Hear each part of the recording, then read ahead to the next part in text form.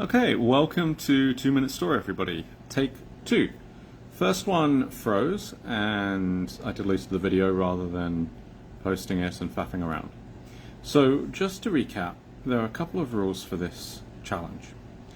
First rule is to keep it family safe, family friendly. And everybody is limited to 3 words. If you give me 3 words, then I will make a story out of them. If I don't know what the word is, I will ask for a definition. So I am just waiting for everybody to jump back on, and hopefully people will be able to see that, and we will go from there. So yeah. Anyway, I wonder if we're back yet. Okay, so we have Debs here. Debs, do you have a couple of words for me? Again, the rules are 3 words. If I don't know what the word is, I will ask you for a definition, and I will make a story. I should probably have someone time me too. I don't think that I can time someone while being live on my phone. Things to sort out later.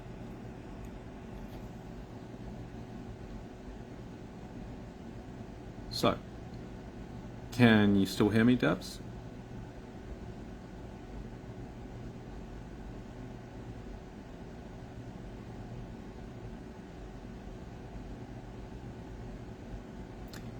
Okay, so Debs has given me the word appreciati. I think that's how it's pronounced. Tram and dagger. So appreciati, I had to actually go look this one up.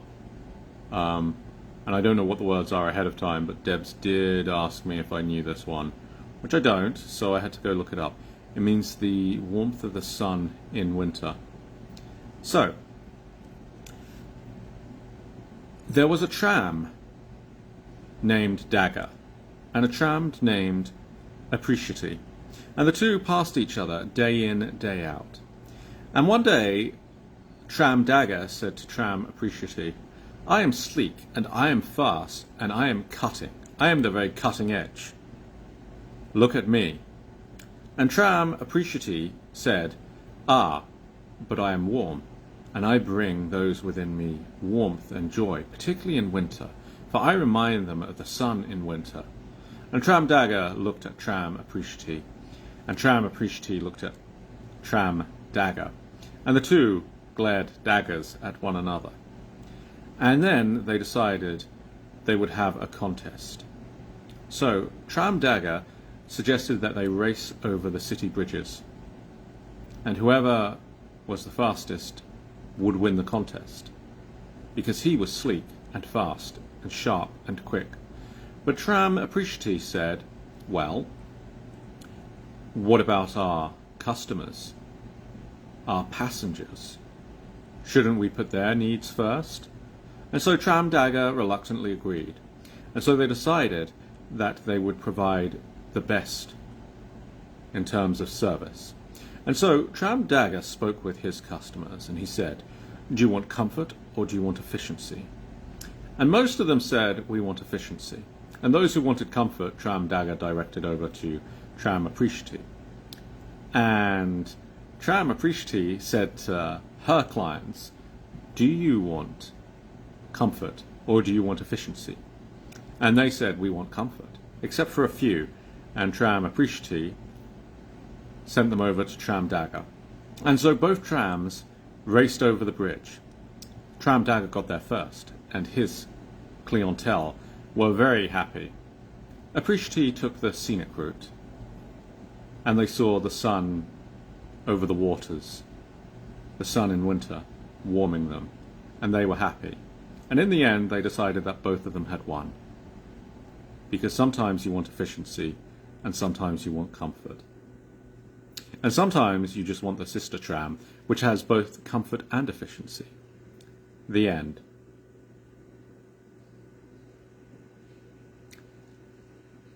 So, April, do you have 3 words? I'm seeing some of the comments here, and there's a little bit of objection. Well, there were no rules saying that I couldn't name the tram. I just said that I'd tell a story.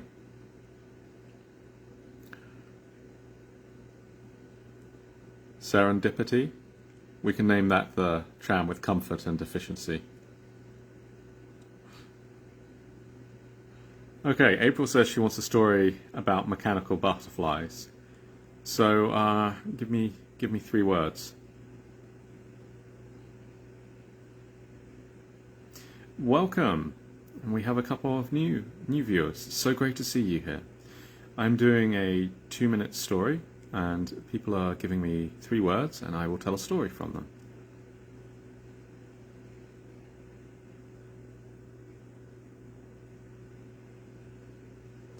And Debs is threatening me with 3 rhyming words, which she'll give me next time. So April's words are jolly, acrobat, and finch. And you would like a story about mechanical butterflies. Once upon a time, on the Jolly Roger, there was an acrobatic nymph. And this acrobatic nymph liked to dance around the mast. And one day, while she was dancing, as the Jolly Roger was flying through the air, the Jolly Roger being a ship, somewhat like the Flying Dutchman, but known as the Jolly Roger, named for the flag that it bore, it flew over rivers and forests. And while over these rivers and forests, the acrobatic nymph saw a butterfly. And the butterfly was being chased by a bird, a hummingbird. And these two danced and played with one another. And then the ship ran into them, killing them dead. And the nymph felt so bad that she picked up their bodies and she laid them on the deck, wondering if there was anything she could do. And so she performed CPR. And after a lot of CPR, the hummingbird, came back to life, as did the butterfly. But their wings were ruined. And ruined they were. And try as she might, the nymph could not patch them up. So she decided that she was going to take the ship, the Jolly Roger, named for the flag, to a nearby city, where she would have a chat with a friend. And this friend was a gnome, and he was a gnomish inventor, and he designed all kinds of wonderful creations, mostly automata. And so she took her 2 new friends to the gnome and asked him to repair them. And he said that he needed 3 components. He needed cogs and gears. And the nymph agreed to go and get them. But the cog factory would not sell her the cogs or the gears or trade them for anything. So she had to finch them. And to her, that meant stealing and offering something of equal exchange. So she did. She left an invitation to a ball. And she did this with each of the components. And so, the gnomish inventor repaired the butterfly and repaired the hummingbird. And so they became cyborgs with mechanical pieces. And then, the very angry owner of the cog factory and of the other 2 places, which involved a transistor and a gear, came to the ball. And so they gathered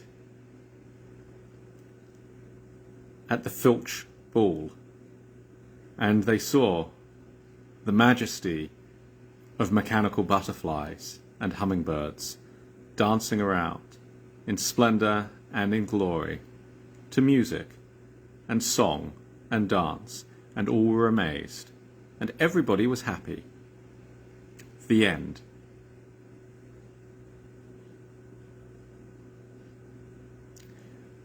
Welcome, Kayla. It's good to see you here, my friend.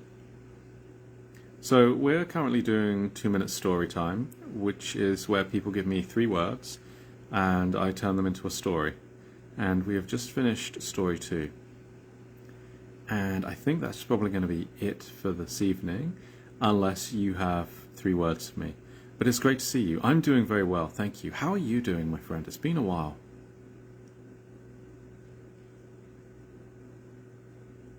April's asking what all world-building elements do I put into the butterfly story. I put in a flying ship, I put in a nymph, I put in a gnome, and I put in steampunk stuff. Off the top of my head. Any other questions?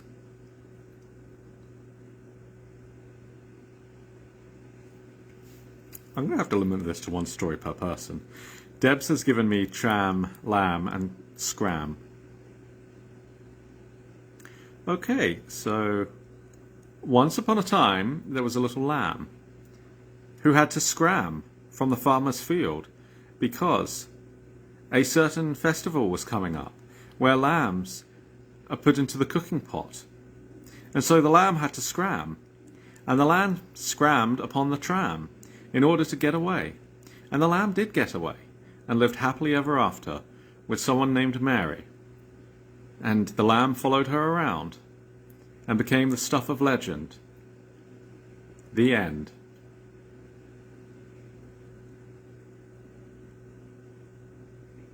Yeah, I think I'm probably gonna... I don't know what a firebrad is, Debs. Oh, welcome, Florence. We are doing 2-minute story, and people are giving me 3 words, and I'm telling stories off the cuff. Good to see you. It's been a long, long time. I hope you're doing well. Debs, you're going to have to explain what a firebrad is, because we have firebrad, quilt, and ivy. Oh, firebrand. Okay.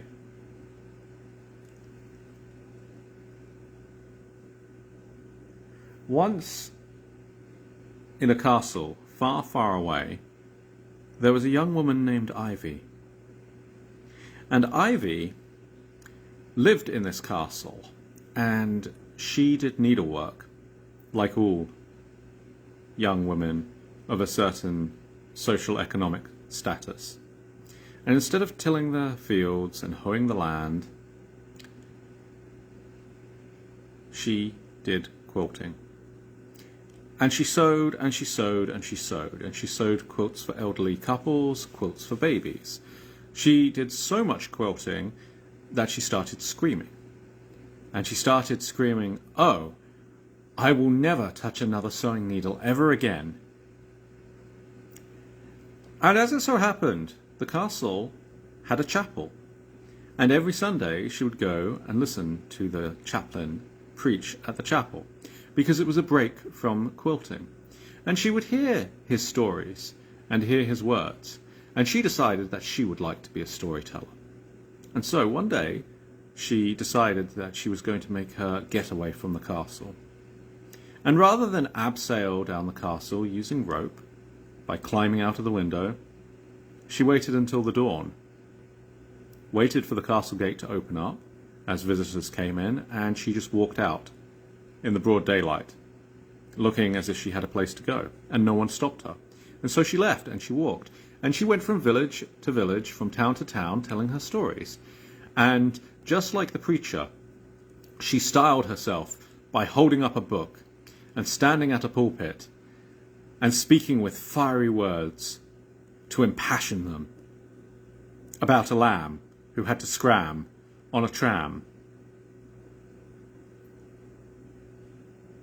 And thus was the story of Ivy, the firebrand. The end. Look, I never told you it was going to be good stories in 2 minutes when they're off the cuff. And now we have April and Debs plotting to give me ridiculous words. So I'm gonna go now because Debs has just put down fried cheese, rope, and a paperclip. So thank you for joining us, and we'll see you next week. Come along. Love to have you. 9 p.m. Central Time, going live for 2 Minute Story. Thank you and have a great night. And thank you, April, and thank you, Debs, for joining us. Bye for now.